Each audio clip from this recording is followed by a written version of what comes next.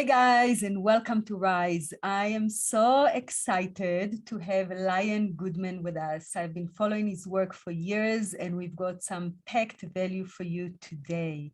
Lion is a professional certified transformational coach, author, and teacher. He developed the clear beliefs method for permanently deleting limiting beliefs and healing core wounds from the psyche. More than 500 coaches, therapists, and healers from around the world have graduated from his Clear Belief Coach training, accredited by the International Coach Federation. Welcome, welcome, Lion. Thank you, Nunaisi. It's very wonderful to be here with you. I am so happy about the topic that we're going to dive into. I think this is really fundamental. And before we start, I would like to invite you to share a little bit about your background and how did you ended up doing what you're doing? Well, I love telling this story because I think it's similar to many people's story. When I was a kid, I thought there was something really wrong with me because I was different than everybody else. And so I watched other kids trying to figure out, like, why are they doing what they do and how do they have friends and what does it mean to be a friend? I was kind of a loner. And so I spent a lot of time watching other people. And because I thought that there must be something wrong with me, I started looking for ways to fix myself. And that sent me on a long journey of self-development, starting in junior high school.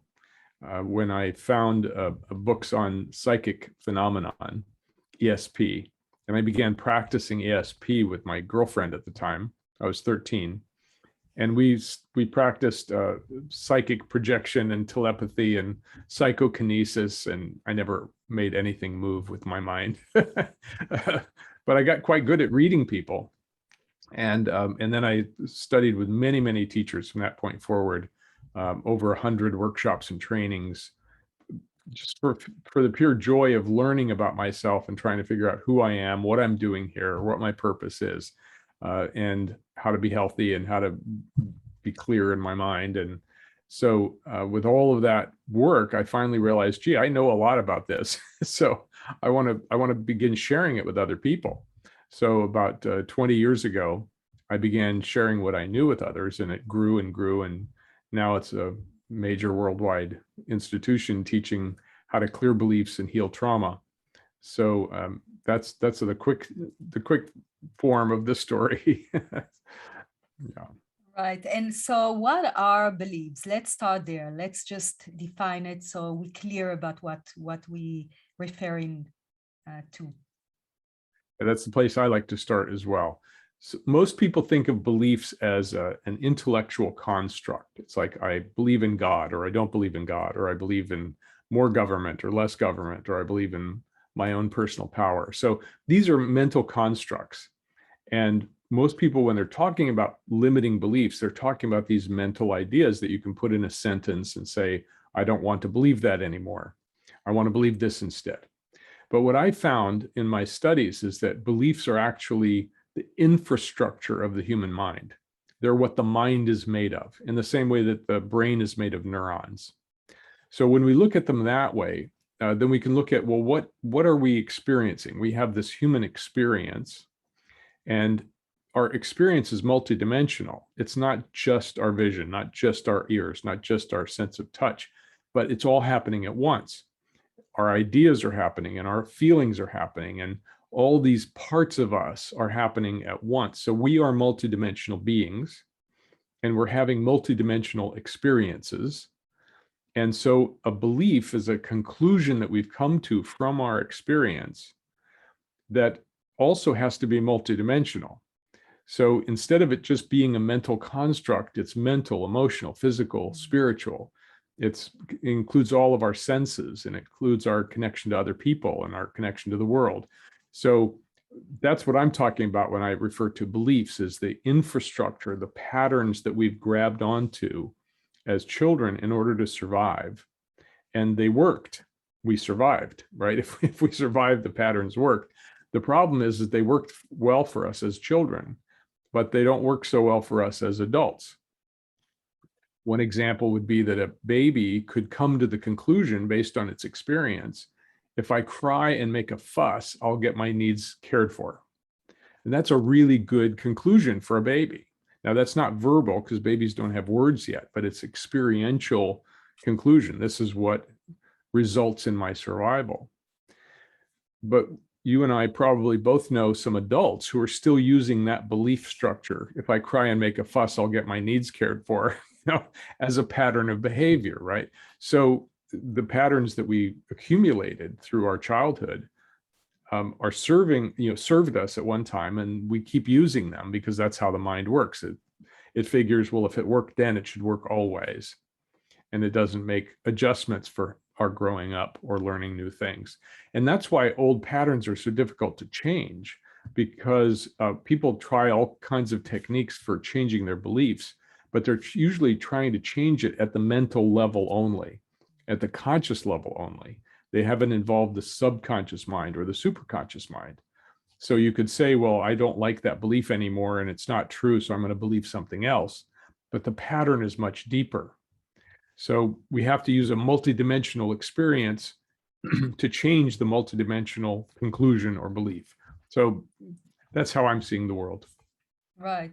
So is it almost like if you compare us to computers, I mean, can't really compare, but for the analogy, is our beliefs, our software, what we have kind of downloaded? For me, the software is on top of what's underneath. What's underneath is the operating system, right? So the beliefs are the human operating system. And then the beliefs are the programs that get put on top of the operating system. How we operate in the world is based on those programs that we came to as children. And we've made adjustments for them as adults, but they're still there. They don't go away. They don't automatically expire. So you can fix a computer by adding more programs, but unless you go and find the bug in the operating system that's causing the problem, it's still going to appear over and over and over again. So that's what I discovered. I tried many, many different methods of change, of personal change and consciousness change and mind change. And most of them didn't work very well. Most of them were temporary or partial. And everybody's had that experience. I say affirmations for a while and I feel pretty good for 20 minutes or so. And then I'm back to my old process, right? Or I go to psychotherapy and I have a big realization, oh my God, it's not my mother's fault. That was one of mine. It was a fundamental change. It's like it shifted me, but it didn't cure me in any way. It's like I was still having the same problems, but that was a shift in the deep infrastructure. I didn't have to blame my mother for everything anymore. I was quite young when that happened. It wasn't last year. So anyway, that's how I see it, and that's why my process works, because it's based on this infrastructure principle, and then we're going down into the infrastructure to make changes. And when that happens, the change is profound and comprehensive and permanent. It's like suddenly you're seeing the world differently, because our beliefs operate like lenses. We're looking at the world through our beliefs. So if you believe life is hard, then what you see is all the hard parts of life. If you believe life is joy, you're seeing joy everywhere, right? So the filter operates to let certain things in and keep other things out, like sunglasses. So when you change your filter, that's at the infrastructure level, then you're seeing a different world. You see new possibilities, and the old patterns disappear. So that's what I'm up to. Right. So I really would like to hear a little bit about the process, or some of it. But I just want to make a point, right? I know that a child is born from birth to the age of 7. The brain waves operate on alpha and theta waves, which is the state that we as adults know as deep meditation and hypnosis. And so we really, like sponges, taking everything from our external environment, and especially those people that are closest to us, mother, father, and then, closest family, teachers, and community, so on. So we really take everything without any filters, without any judgment, without any discrimination, right? this is how we all Oh, start. I see it a bit differently. Do you mind if Right. I disagree with you? Okay, please go ahead. Okay. So first of all, this idea of alpha, beta, theta, delta waves, most people are using that language inappropriately. Mhm. I don't talk about neurology. I studied neurology back in the 1970s, right? And at the time, we knew that your brain waves are just a summary of millions of events in the brain, and that you really can't tell anything other than what's the summary of what's going on in the brain. So these brain waves that people talk about repeatedly, and it's like a story that keeps getting repeated as if it's true. Brain waves mean almost nothing in terms of our consciousness. We don't experience our brain waves. We experience our experience. So I have a whole thing about neurology. I don't talk about it because most people are misusing the concepts. It's a different language world. The world of science and neurons is different than the world of our experience and the mind. So, so I'm just going to say nothing about brainwaves other than that. In terms of the absorbing, yes, we absorb our environment, I would say, for the first 3 or 4 years, because by the time kids are 4, they often are looking at their parents going, something's wrong here. This is not right. There's something not good about this. So they're not just absorbing everything, they're beginning to question. As soon as we have words, we start putting our experiences into word language. Words are different than our feelings and our sensations. But the belief structure that I'm talking about is anxious to take on our parents' beliefs. Why? Because that ensures survival. So if we look at it from a survival point of view, it makes a lot of sense. It's like if my mother says, don't eat that mushroom, it will kill you, and I don't eat it, then I'll probably survive to have children of my own. If I say, screw you, I'm going to eat it anyway and die, I won't have children. So the belief structure is ancient. It's we look at our deep history of human beings, and we've learned that listening to our elders and our betters is a good idea because we'll survive more. So we actually want that programming. And our parents want us to have their programming because they survived with it. So they figure we will, even though the times change, the place changes, history changes. But that's the initial desire, is I want to program you so that you survive. And the child wants to be close to their parent because that ensures survival. So if I get close to my mother and father, I will survive. If I do something against them, they could throw me out and I could be killed. So children want to absorb the beliefs of their parents because if you're like someone, they will like you more, and then they won't put you down the toilet, right? And so there's this kind of collaborative programming that goes on, which is what we call culture or society, right? And so we, at some age, we start questioning that and saying, wait a minute, that's not true, or that's not right, or it doesn't feel right, or they have a different belief and maybe their belief is right. So it's complicated. It's got all these different influences: our genetic influence, our social influence, our history, our multi-generational culture and trauma. It's all coming into us. So I don't like to simplify too much. I like to say, no, it's really complicated and we can find our way through it. Right. So let's dive into the process. How can one, I know you can't fit everything in this session today, but what are the kind of first things to do to maybe find the beliefs that operate us first, and then how can we delete them? Yes, that is the crucial question, and it's the one I worked on for 40 years to figure it out. The first step is always awareness. I made up this saying that I like very much, which is, in an emergency, apply awareness first. So, we're kind of in an emergency, in our lives. And so we want to become aware of our beliefs first. And there's a really easy way to do it. And I give this process away in my ebook, How to Find Your Clients' Limiting Beliefs.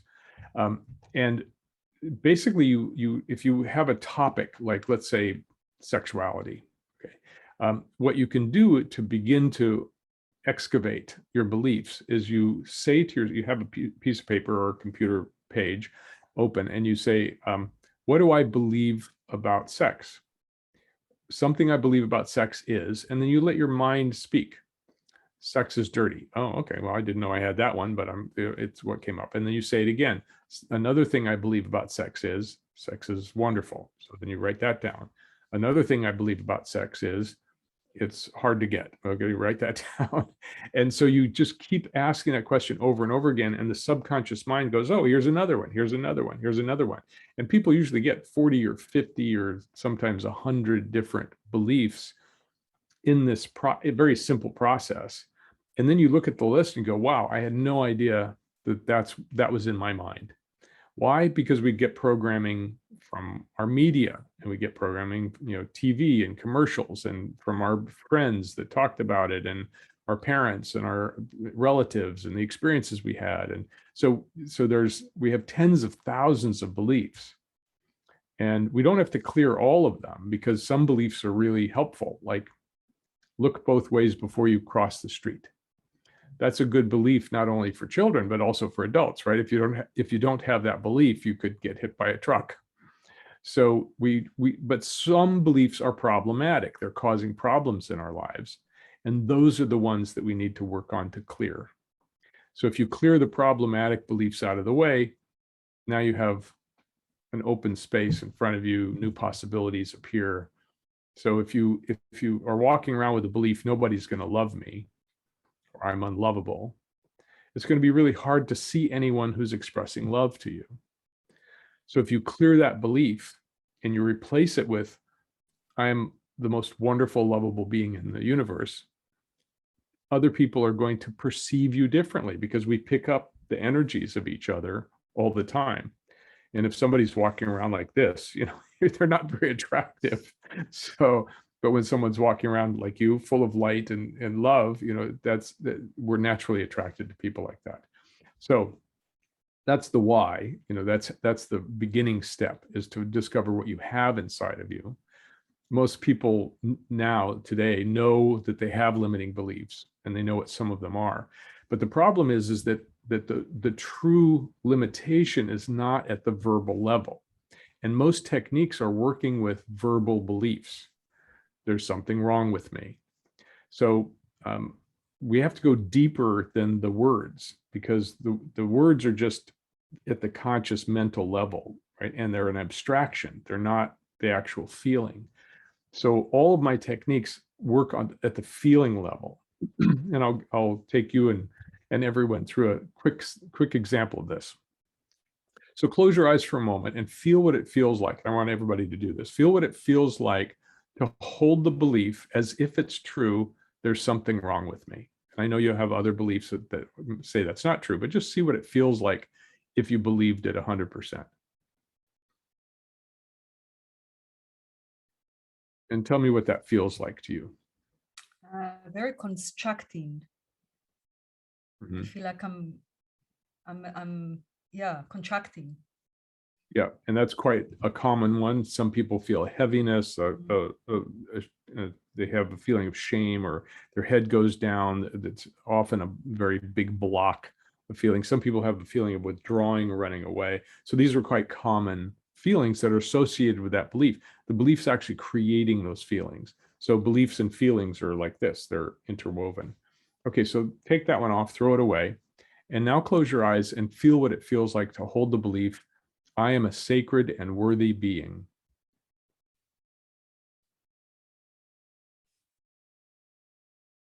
What does that feel like? Yeah, expansion and lightness. Right. So, and again, that's the most common experience of that particular belief. And everybody has a slightly different flavor of it. But so our beliefs are creating these feelings and sensations in us. And in order to clear a belief, we have to clear it at the sensation and feeling level, not just the mental level. Okay. So that's one of the principles. So almost all of our processes start with this, feel what it feels like to hold that belief. So if someone says, I'm unlovable, the first step is, okay, feel what it feels like to be unlovable, because we've got to get into the somatic arena because that's a significant thing. If somebody's walking around with that belief, they're feeling that thing all the time. It might be in the background, it might be subtle, but it's there. So we have to experience what the belief is creating, because it's creating not just feelings and sensations, but circumstances. And we have a history of that belief and how it's impacted us. We have the future vision of what might be experienced with that belief. We have all the experiences related to that belief. So when we clear something out, we need to clear it from all those arenas at once. And then when you do, then it's really gone and it doesn't come back. So that's the way to get a complete clearing of the belief, now not as a mental construct, but as a multidimensional program. Right. So let's just summarize how you feel the belief, the limiting belief fully. You understand what is the connection between the thought and the feeling, and then you replace it with an empowering belief, and you feel that feeling, and this is what you cultivate. Or is there any other step or way? Yes, there's a whole process that I teach for doing the clearing, which we don't have time to go into, but it does. I've given you the fundamental steps, the first steps to get into it, and then there's a clearing process. We use the imaginal realm because the brain doesn't really know much of a difference between what's happening on the inside in our imagination and what's happening on the outside. So we take people through a process using their imagination to clear it from all of those parts of us and to get rid of it completely. And we use metaphors to make that happen. And then we also use a visual form. So we're imagining things in our imagination. We're seeing something visually, we're experiencing it physically, we're feeling it emotionally. And then when you clear it, it's gone. And then in that clear space, you can then create a new belief. It's like if you're going to plant a garden, you're going to make a garden. The first thing you do is you need to clear the rocks and the weeds out of the soil before you start putting anything in it, because otherwise you're throwing seeds on rocky, weedy ground and nothing much will grow. That's like affirmations. I'll just keep putting seeds on top of my rocks and weeds and maybe something will grow, right? That's why you have to keep putting more seeds and more seeds and more seeds and say the affirmation over and over and over again. Once you clear the ground, when you clear the old beliefs, then you have open ground, fertile soil. And then when you plant the new belief, it will naturally grow and blossom in your life. And you don't need to do it over and over and over again. You plant the seed and it takes shape and it replaces that old belief, but it's doing it at all the multidimensional levels that the old belief was stuck in. So that's the principle. Right. And so oftentimes it seems like we might hold conflicting beliefs, right? So we can hold all sorts of beliefs about one topic, and they might be in opposition for each other, right? Yes, and in fact, conflicting beliefs are where most people get stuck.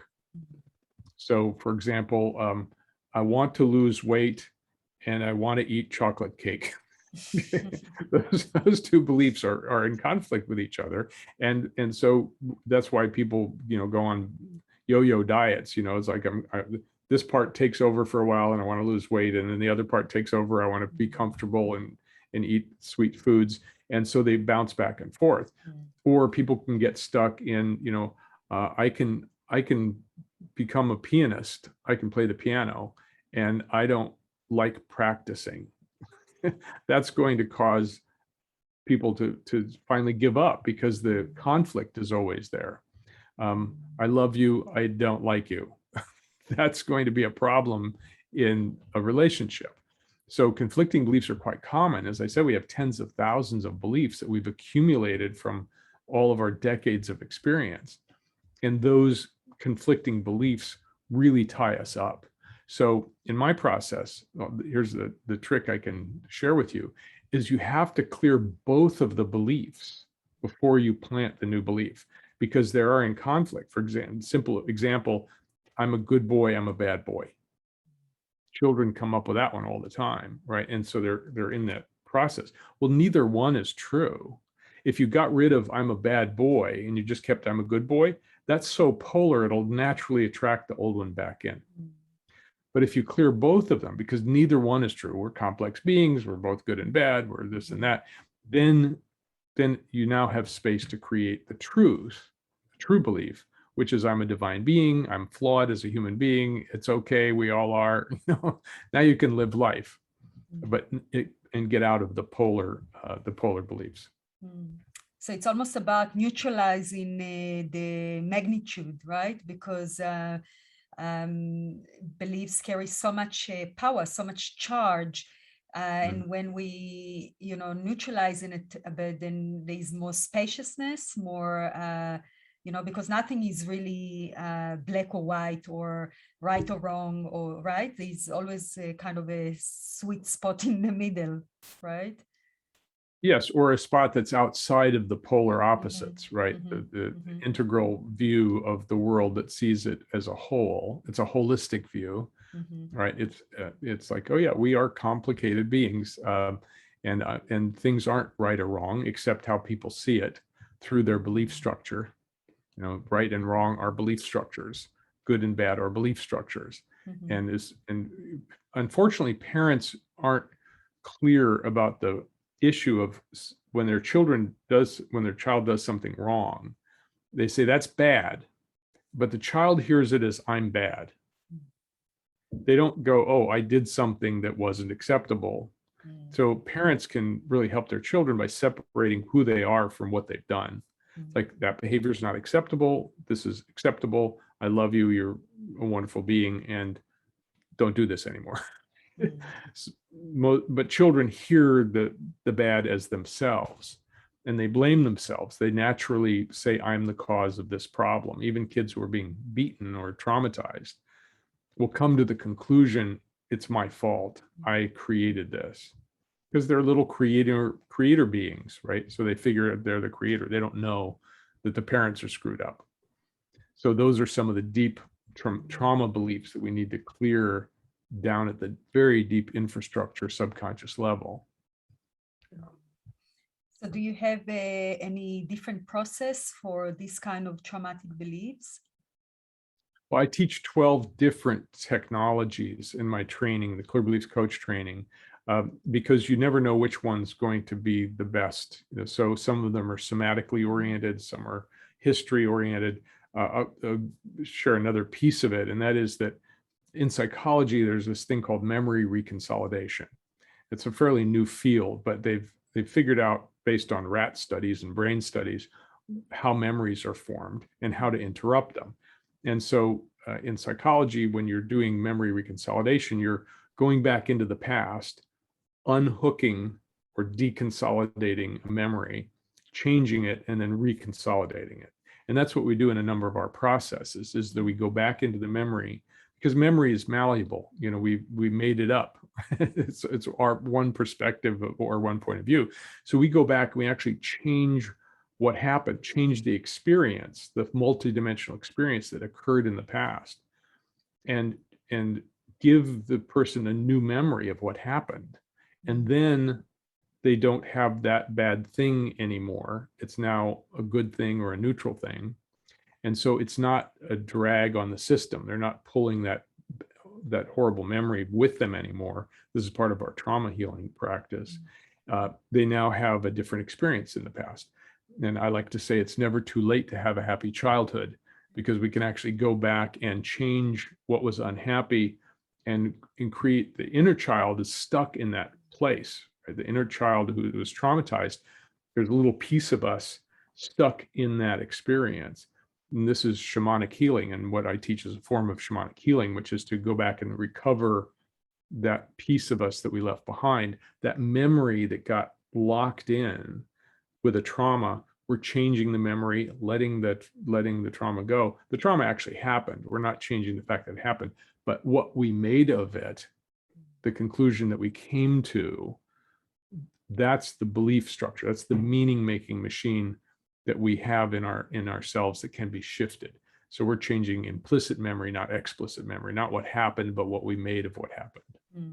I like that. It's basically like creating a new narrative from the safe space that we are as adults, going back to almost rescue that child that the experience at that time was too overwhelming to process, right? This is basically the when trauma sticks. You know, when I look at my trauma, and I've had quite a lot of it, and I'm looking at you know, those defining moments, right? Those moments that life was never the same after.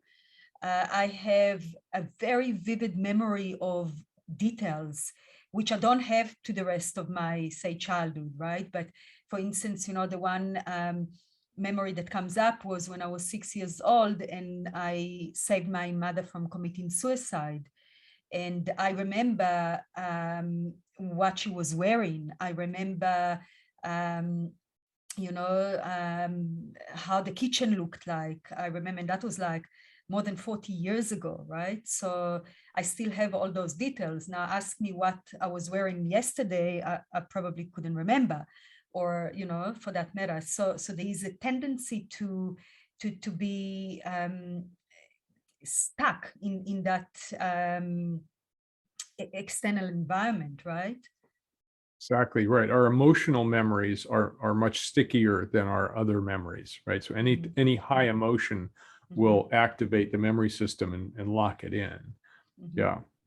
So the process I teach is called rescuing the inner child. So you're exactly right. It's that's what I name it, because we go back and we actually rescue the child that's being traumatized, put them in a new environment. And the inner child that was stuck there is now in its new environment experiencing life differently. So that's the process that psychology calls memory reconsolidation. Right. Because ultimately we all still carry the inner child as long as we're alive, right? No matter how old we are. And it's really about now reparenting this child from our adult self and giving that child the sense of safety, the sense of love, acceptance, belonging, celebration even, right? Yes, absolutely.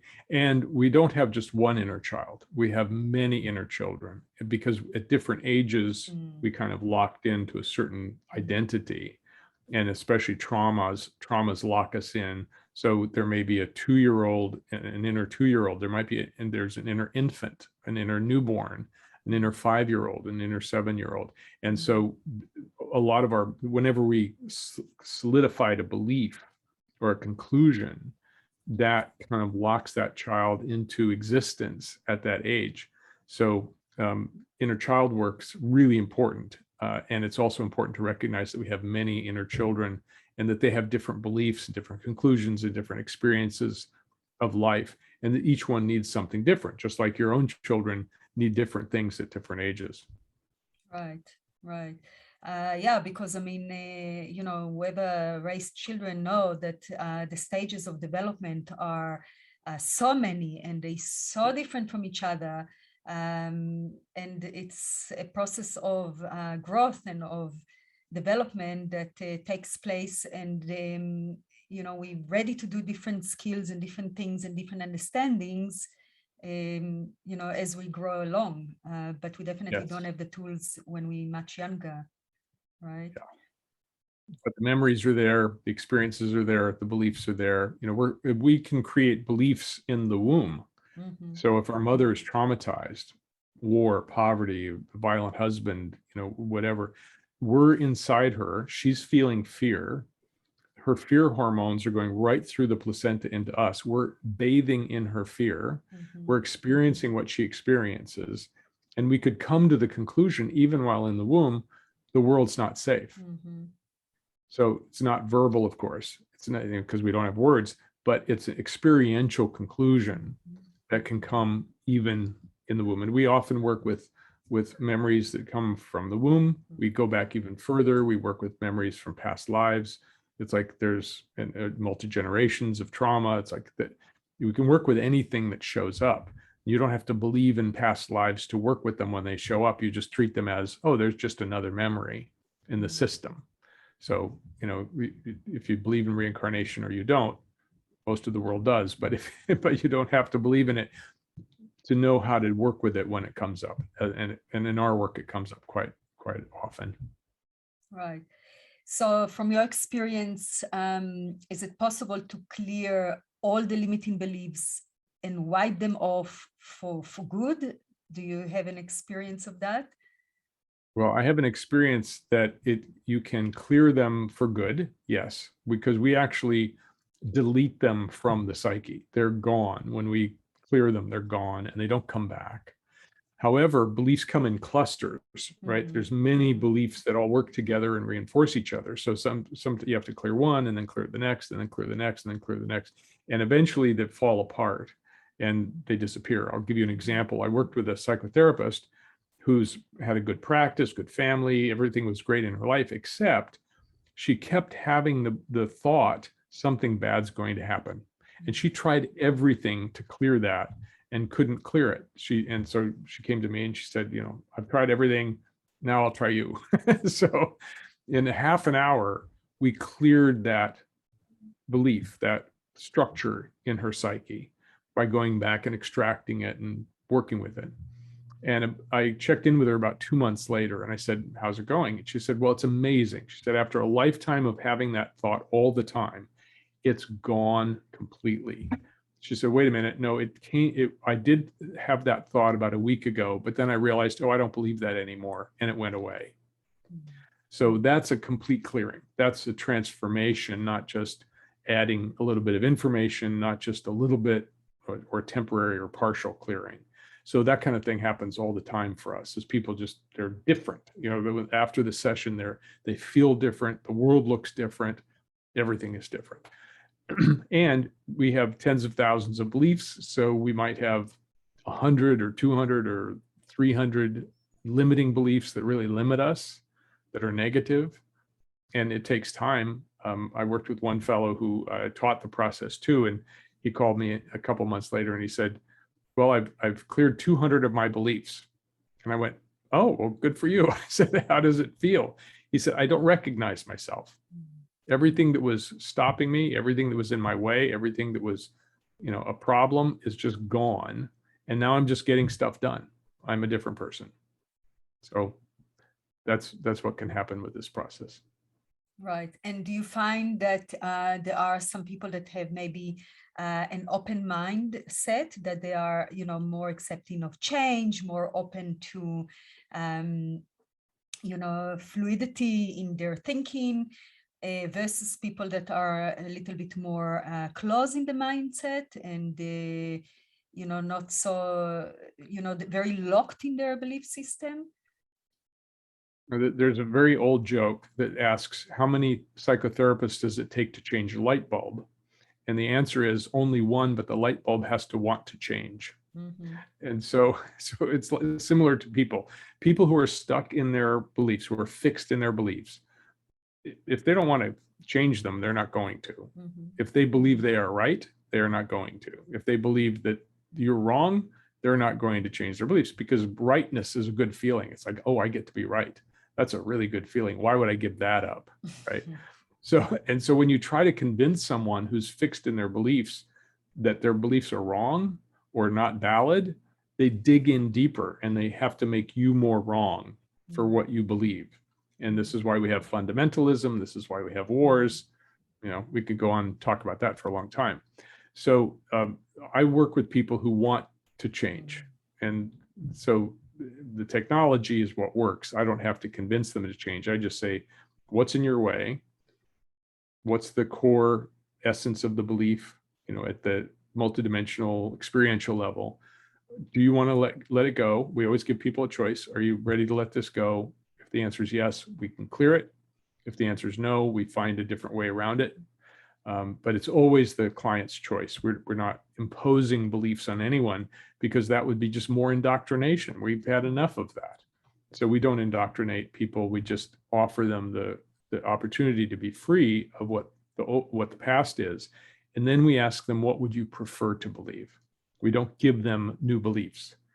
We ask them to create their own new beliefs. And that's respectful. It gives them their will and their power. And they're also their creative ability, because they know who they want to be. So so the belief that they come up with that they want to create instead, to replace the old one, it's almost always quite wonderful. We work with them to optimize it, but it's usually something that brings them into their true self, their true light, and their true beingness. Right. And do you find that people that say comes from religious background have more indoctrination that is very wired to who they are, and it's maybe harder to let go of some of those beliefs? Yes, that's the nature of indoctrination. The word itself means a doctrine, a belief is put in, so indoctrination, right? So we're open to, as you said, we're open to indoctrination at a young age, and we can get into the habit of being indoctrinated. Okay, you just tell me what to believe and I'll believe that. There's also this thing called Stockholm Syndrome, right? Stockholm Syndrome is when a person is captured by terrorists and threatened with death. And within 2 weeks, they're believing what their captors believe. So it's quite common. And all children suffer from Stockholm Syndrome, because these big people who could threaten their lives at any moment, the children want to take on the beliefs, because again, if I align with their beliefs, they won't kill me. So this is a pattern in our psyche. And so if you belong to a group, belonging is one of the deepest needs we have as human beings, because we're social animals. If a monkey is pushed out of the troop, it's dead. It can't survive on its own. And we're sophisticated monkeys, right? So we have the same programs as monkeys do, right? And so belonging to a group is so important to us that we will absorb the beliefs of the group in order to belong. And so when you're telling someone their beliefs are wrong, they're going to be rejected by the group and ostracized, and that equals death. That's how deep indoctrination goes. If I give up my beliefs, I will be killed. So I'm not going to give up my beliefs. That's why it's so powerful. And do you find that usually people can really, through the process of simply stating their beliefs, can really meet all their beliefs, or are there some beliefs that are hiding and need a little bit more digging in? I teach 14 different methods of finding core beliefs because sometimes one works and sometimes another one works. But our goal is always to find what's at the source. Where's the source material for this belief that we're experiencing out here in life, right? So if I'm having a problem in my relationship, we work backwards, deeper and deeper and deeper and deeper to the fundamental experiences that child had with its mother or father, and work there at that level of source, the source material. And because that's where the deep program is. And then when we shift it there, everything shifts moving forward to the current relationship. So give you an example, I work with a lot of people with narcissism, narcissistic traits, not NPD, not the psychopathy, but a lot of us have narcissistic traits, especially men. Men are trained to be narcissists, right? Like, hey, you're the most important person, and all that stuff. So, we got programmed to be narcissistic by our parents. Look at little Johnny. He's so self-sufficient. Isn't that wonderful? Well, the fact is that little Johnny, who's self-sufficient, has attachment trauma. Like he's taking care of himself because he wasn't taken care of by his parents. And so we're going back to those early traumatic events and circumstances. Sometimes trauma is just attachment trauma or developmental trauma. It didn't you weren't beaten, but you weren't cared for the way a child needs to be cared for. You were neglected or abandoned, or you were left on your own. So there's a lot going on in the human psyche, and we go as deep as we can finding the source material. And so developmental trauma has many, many different experiences. Like I'll use myself as an example. My mother was a good mechanical mother. She provided food and changed our diapers, and but she wasn't connecting because she didn't have that connection with herself. So she couldn't connect with us as children. So I felt like an object more than like a person, which left me bereft. I was, it's like, what am I? Like, what am I, chopped liver? That's a question we ask ourselves. And so that was a developmental trauma. It didn't come out of being beaten or anything, but it came out of many experiences of not being attuned to by my mother, who was supposed to attune to me and know who I was, see me for who I am, which is what set me off on the developmental path. Like, I got to find out who I am because I don't have that, essential knowledge and wisdom from childhood. Right. Yeah, this is a life work, right? It's something that we constantly need to reassess, take inventory of what is going on a deeper level, and really shine the light of awareness, right?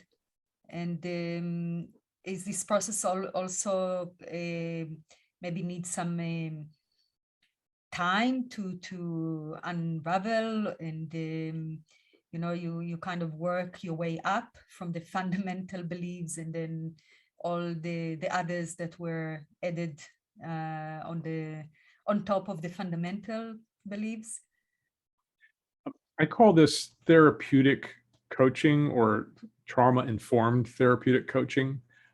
Coaches are not supposed to do therapy because we're not trained as therapists. And so the coaching industry itself says, well, we don't work with the past, we only work with the present and the future. And this is according to the International Coaching Federation and many other coaching organizations. And this is the way coaches separated themselves from psychotherapists, and also separated themselves from government control. So that was the original reason. Like, we don't want to be regulated by the government like all the psychotherapists, so we'll say we don't deal with the past. But how can you coach someone about the present or the future if you're not dealing with their past? It's ridiculous. It's a completely fallacious concept, right? So I'm teaching coaches to understand the psychology of the mind, psychology of beliefs, psychology, developmental psychology, even neural basis, although I don't talk much about it, but we talk about the brain and how it's connected, the body, somatics. And that's what you need to help people heal, is you need to have this comprehensive understanding. And we don't work with people with diagnosed psychopathies. That's not what we do. But most people, I mean, like 60% of people have had trauma in their lifetimes, according to the ACE study, Adverse Childhood Experiences Study. We think it's probably much more than that. Yeah, exactly. People don't remember. Yeah, exactly. More like 95% in my experience. I would dare to say 100, but because I'm sure there's healthy people. Yeah, I mean, it's also how do we relate to trauma? For me, trauma is not only this big event that really, been imprinted on your mind. It can be, as you said, very subtle, very, during maybe a longer time. And I think that we all in our society today, a product of cultural trauma, right? I mean, if we look at our lineage, no matter where we born in the world, not even 7 generations back, there's so much war, terror, trauma, burning on the stake, you name it. I mean, really uncomprehendable events. So, we all exposed to trauma in some way, shape, or form, right? And if reincarnation is true, we've all had lives traumatized in the past. So there is so much trauma and bad programming throughout history. We can't help but be affected by it. So again, you don't have to clear everything, but you can clear the blocks in your way so that you can move forward. I talk about it as the Machete Principle. Like, if you're in a jungle and you want to go there, to a distant point, you can't get there because there's so much in the way. That's like our mind, right? There's so much in the way from our goals, from accomplishing what we want and getting to where we want. But if you have a machete, you can clear what's right in front of you, and you can take a step forward. And then you can clear the next thing, and you can take a step forward, clear the next thing, take a step forward. And you can get all the way there with just a machete. And that's what my technology is the machete that allows you to clear the thing that's in your way right now, take a few steps forward, something else will come up, and then clear that. And then something else. And I wrote a book on manifestation called Creating on Purpose, which has this principle that you have to clear what's in your way moment by moment and keep moving forward. Because what stops people from creating the life they want is usually an internal voice or an old program or a belief in themselves. And they're not stopping because of the circumstances or the possibility, because anything's possible in our life, but because of this inner block, the set of inner blocks that we have. And if you learn how to clear them one by one, you can get anywhere. Right. So this is very inspiring to clear our path, right? One step at a time, one belief at a time, and really forge our way towards our goals, towards our mission, towards our best life that we are here to live, and it is our birthright, right? Beautifully said. Mm. Well, I know that you have a very special gift that you want to share with our audience. Would you like to speak about it? Yes. So I have an ebook called How to Clear Your Clients' Limiting Beliefs. It's dedicated toward coaches, therapists, and healers, but it has all the basic information for people who just want to learn to heal themselves. And I'd be happy to give it for free. Do you want the link? Yeah, no, don't worry about the link. It's all going to be Okay. integrated in this page. Great. It will have a dedicated button to Great. claim your gift. So yeah, I first of all, thank you so much for your gracious gift. I think it's such an incredible, valuable tool.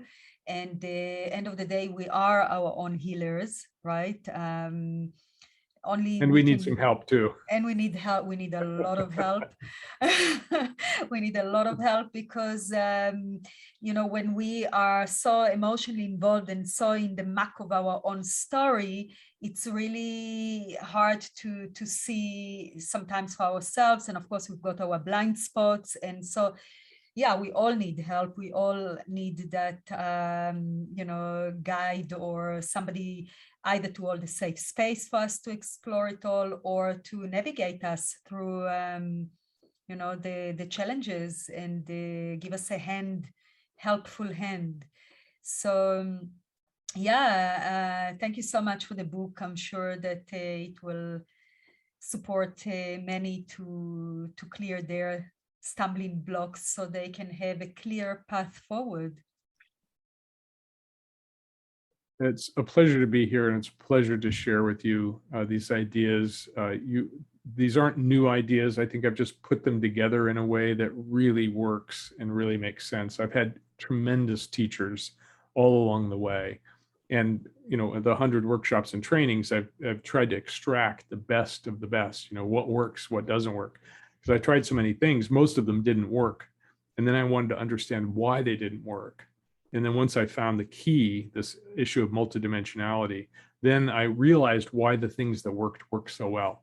And then I put them together, synthesized them, created some new processes. And that's why this process works so well. And my over 550 students now, graduates of my training, now use them in their experience, in their work, in their coaching or therapy or healing practice. And they get tremendous results. I keep hearing this over and over again. They're saying, "Oh my God, I transformed somebody's life." So it's a wonderful thing to be able to pass it on. And once we work with people for a while, they can actually do it themselves from that point forward. So they're not always dependent on the coach or the healer, but they can actually do the process themselves for the rest of their lives. Right, and it's an ongoing journey, right?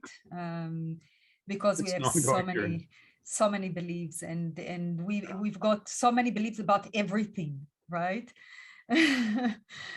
We do, yeah. And in my book is this belief self-diagnosis process, which I described at the beginning, where you can document your beliefs. So that's built into the book. So you'll have a good place to start. Wonderful. And so, Lion, if people want to work with you, hop onto your coaching program, learn more about what you do, where is the best place to connect with you? For information about my training, it's clearbeliefs.com. And for people who want to work with me, you can go to my personal website, liongoodman.com. Great. So thank you so much for being here. Thank you for sharing your wisdom and expertise packed with value. And thank you for the work you're doing. It's so, so important. And I honor you for that. Thank you, Nune. See, it's in the same way I honor you for what you're doing, for the work you've done on yourself, for how you share it with people, and for this summit, which is bringing so much good to so many people. So thank you. Oh, thank you. And blessings on your journey. And you. Ciao now.